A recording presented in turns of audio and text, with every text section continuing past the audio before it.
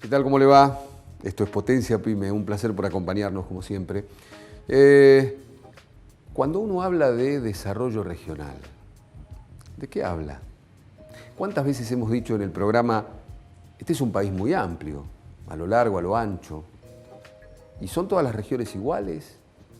¿Las reglas de juego o los desafíos que impone cada lugar más alejado de la provincia de Buenos Aires? Ni siquiera voy a hablar de la capital federal, de la provincia de Buenos Aires. ¿Es igual?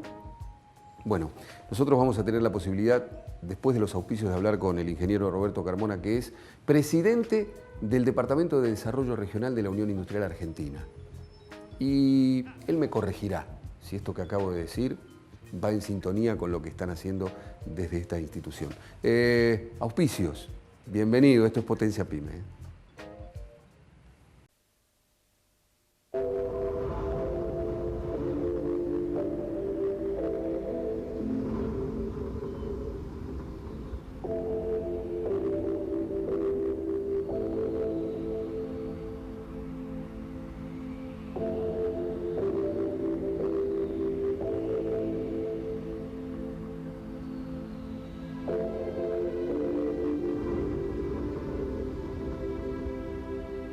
¿Te gusta conducir?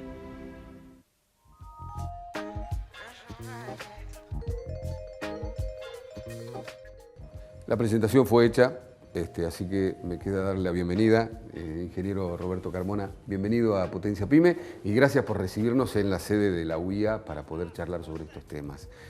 Sanjuanino. Muchísimas gracias, Dardo, y sí, justamente también presidiendo la Unión Industrial de San Juan. Y bueno, gracias por venir a esta casa, que también se ocupa de los temas federales. Y te voy a contar, nosotros allá por el año 2006, nosotros tenemos habitualmente, la Unión Industrial tiene una conferencia industrial